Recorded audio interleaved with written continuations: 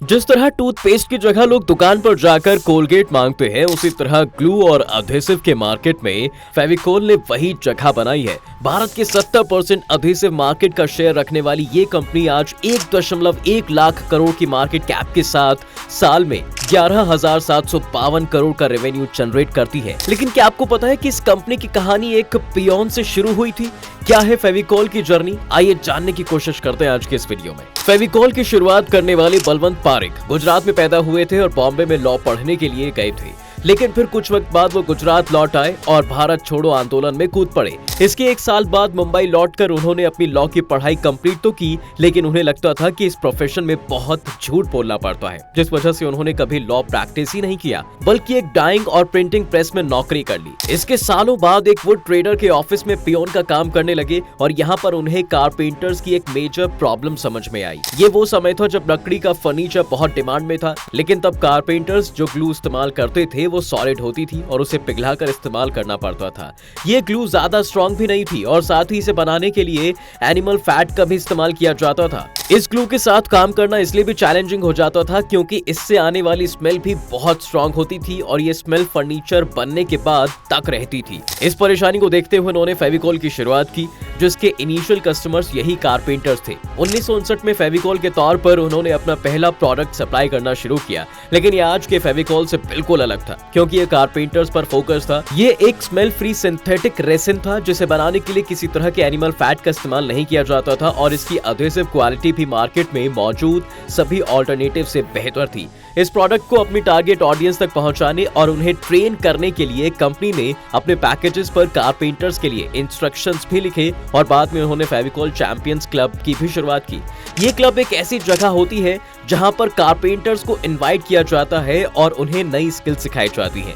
इसके साथ साथ यहाँ पर फेविकोल के प्रोडक्ट्स का भी डेमो किया जाता है और उनके बारे में भी उन्हें एजुकेट किया जाता है। इस तरह से उन्हें कारपेंटर्स के बीच में बिना किसी मार्केटिंग के पहुंचने में आसानी हुई और दूसरी तरफ इस क्लब से उन कारपेंटर्स को भी नई स्किल सीखने का मौका मिल रहा था। आज भी ये चैंपियंस क्लब एक्टिव है और देश भर में फैले हुए ऐसे 380 क्लब्स में 40,000 से भी ज्यादा मेंबर्स हैं। लेकिन यहाँ सिर्फ कारपेंटर्स के लिए ही प्रोडक्ट बनाकर बलवंत नहीं रुके, बल्कि इसके बाद उन्होंने 1969 तक फेविक्विक और फेविबॉन्ड और बाद में मिस्टर फिक्सिट और एमसील जैसे ब्रांड्स को भी अपने अम्ब्रेला के नीचे लिया और इस पूरे बिजनेस को पिडिलाइट इंडस्ट्रीज के बैनर तले कर लिया था। आज अगर हम पिडिलाइट के बिजनेस को देखेंगे तो उनका 84% रेवेन्यू मार्केट में मिलने वाले कंज्यूमर प्रोडक्ट से आता है, जिसमें फेविकोल के अलावा फेविक्विक और उनके दूसरे प्रोडक्ट्स भी शामिल हैं। इसके अलावा वो इंडस्ट्रीज को भी स्पेशल अधेसिव रेसिन सप्लाई करते हैं, जिससे उनका 15% रेवेन्यू आता है और उनका 1% रेवेन्यू वो स्पेशल तरह के पिगमेंट्स और दूसरी चीजें इंडस्ट्रीज को सप्लाई करके कमाते हैं।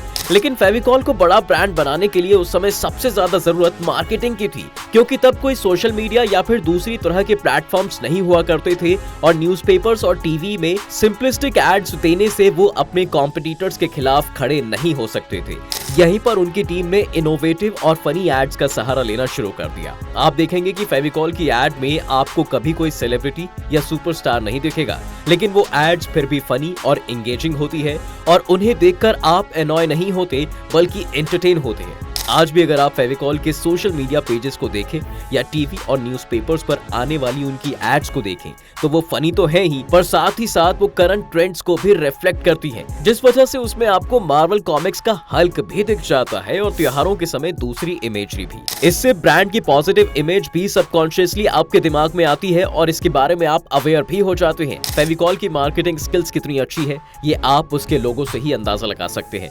फेविकोल के लोगो में 2 हाथी जो 2 अलग अलग डायरेक्शंस में रस्सियों की मदद से एक बॉल को खींच रहे हैं, जो सीधे सीधे फेविकोल के मैसेज को कन्वे कर देता है। फेविकोल आज इस कदर हमारे कल्चर का हिस्सा हो गया है कि फेविकोल की टैगलाइन फेविकोल का मजबूत जोड़ ऐसे ही नहीं टूटेगा मीम्स और मीडिया में इस्तेमाल होते हैं और इसके अलावा सलमान खान की फिल्म दबंग 2 में इसके नाम पर पूरा एक गाना भी था।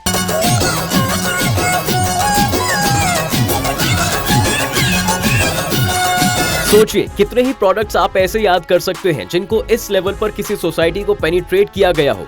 यहाँ पर हमें फेविकॉल की एड कैंपेन्स को डिजाइन करने वाली कंपनी यानी ओगिलवी एंड माथर और उसके कैंपेन हेड पीयूष पांडे को भी नहीं भूलना चाहिए, जिन्होंने 80 के दशक में इस तरह की अप्रोच लेकर फेविकॉल को एक पैन इंडिया ब्रांड बना दिया। फेविकॉल ने जब पहली बार टीवी पर अपनी एड चलाई थी तो उसे डायरेक्ट करने वाले डायरेक्टर वही राजकुमार हिरानी थे, जिन्होंने मुन्ना भाई, पीके और 3 इडियट्स जैसी फिल्में आगे चलकर बनाई हैं। इसलिए फेविकॉल ने हमेशा ही अच्छे टैलेंट के साथ काम किया है। प्रधानमंत्री मोदी जी ने भी जापान और भारत के रिश्तों की बात करते हुए एक बार फेविकॉल का उदाहरण देते हुए कहा था, ये फेविकॉल का मजबूत जोड़ है, टूटेगा नहीं।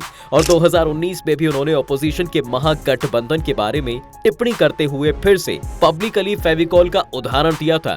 फेविकॉल न सिर्फ आज इंडियन मार्केट में राज कर रही है, बल्कि इनके प्रोडक्ट्स आज यूएस, कनाडा, ऑस्ट्रेलिया और सिंगापुर जैसे 71 देशों में एक्सपोर्ट किए जाते हैं।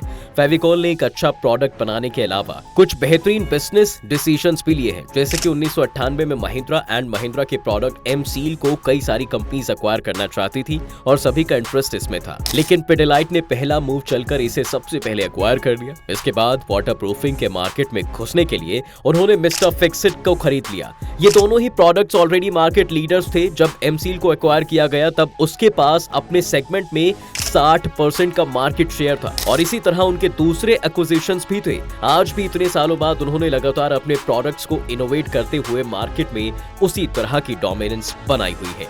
2008 में फेविकॉल ने 13 ओवरसीज सब्सिडीज एस्टैब्लिश की थी, जो आज अच्छी सेल्स जनरेट कर रही हैं और इसके अलावा यूएस, ब्राजील, थाईलैंड, सिंगापुर और दुबई जैसे देशों में ये लोग कई मैन्युफैक्चरिंग प्लांट्स भी लगा चुके हैं। अपने ओवरसीज प्लांट्स को एक्सपैंड करते हुए उन्होंने हाल ही में इजिप्ट और बांग्लादेश जैसे देशों में भी अपने मैन्युफैक्चरिंग प्लांट्स खोलने का फैसला किया है। इन मैन्युफैक्चरिंग प्लांट्स को दुनिया भर में फैलाकर उन्होंने अपनी डिस्ट्रीब्यूशन और सप्लाई चेन की प्रॉब्लम्स को सॉल्व कर लिया है। उन्हें अगर अब कोई परेशानी आ सकती थी तो वो ये थी कि उन्हें वक्त पर रॉ मटेरियल्स मिल जाए और इसलिए उन्होंने कई ऐसी कंपनीज को भी एक्वायर कर लिया जो रॉ मटेरियल्स की कांस्टेंट सप्लाई उनके मैन्युफैक्चरिंग प्लांट्स को दे सके। इन सभी अचीवमेंट्स के अलावा फेविकॉल ने सिंगापुर में अपना एक रिसर्च सेंटर भी स्टैब्लिश किया है। अगर हम वापस से फेविकॉल मैन बलवंत पारेख की स्टोरी पर आ जाए दोस्तों, तो गुजरात के जिस महुआ टाउन में वो पैदा हुए थे, वहां पर उन्होंने 2 स्कूल्स, एक कॉलेज और एक हॉस्पिटल का भी निर्माण करवाया है। इसके अलावा सोसाइटी को सर्व करने के लिए उन्होंने दर्शक फाउंडेशन की भी शुरुआत की थी, जो कि एक ऐसा एनजीओ है जो गुजरात की कल्चरल हिस्ट्री को स्टडी करने में एक बड़ा रोल अदा कर रहा है। बलवंत पारेख ने भावनगर के साइंस सिटी प्रोजेक्ट में भी 2 करोड़ रुपए का डोनेशन दिया था। अब जब 88 साल की उम्र में 2013 में उनकी मौत हुई, तब वो फोर्ब्स इंडिया के हिसाब से भारत के 45वें सबसे अमीर आदमी थे, जिनकी नेटवर्थ तब करीब 1.36 बिलियन डॉलर्स की थी। आज के समय में बात करें तो उनकी पिडिलाइट इंडस्ट्री की कुल मार्केट कैप 1.1 लाख करोड़ से भी ज्यादा की है और लगातार ये कंपनी 1959 से 2023 तक न सिर्फ सरवाइव करती आई है, बल्कि इसने आसमान छूने वाली ग्रोथ अचीव भी की है। फेविकॉल की सक्सेस स्टोरी हमें ये बताती है कि अगर आप अपने प्रोडक्ट के साथ जेन्युइनली मार्केट में कोई डिफरेंस क्रिएट करते हैं और साथ ही अच्छे टैलेंटेड लोगों के साथ काम करके एक इफेक्टिव मार्केटिंग कैंपेन रन करते हैं, तो आपको सक्सेसफुल होने से कोई नहीं रोक सकता, स्पेशली अगर आप अपने स्टैंडर्ड्स मेंटेन करते रहें। तो दोस्तों, ये थी फेविकॉल की सक्सेस स्टोरी। लेकिन क्या ऐसे दूसरे भी इंडियन या फॉरेन ब्रांड्स हैं जिनकी सक्सेस स्टोरी पर आप अगली वीडियो चाहते हैं? अगर हाँ, तो हमें कमेंट सेक्शन में लिखकर जरूर बताइएगा। उम्मीद है आपको आज की इस वीडियो से काफी कुछ नया मिला होगा। अगर आपको ये वीडियो पसंद आया है तो वीडियो को लाइक करें और अगर आप इस चैनल पर नए हैं तो जाने से पहले चैनल को सब्सक्राइब जरूर कर देना।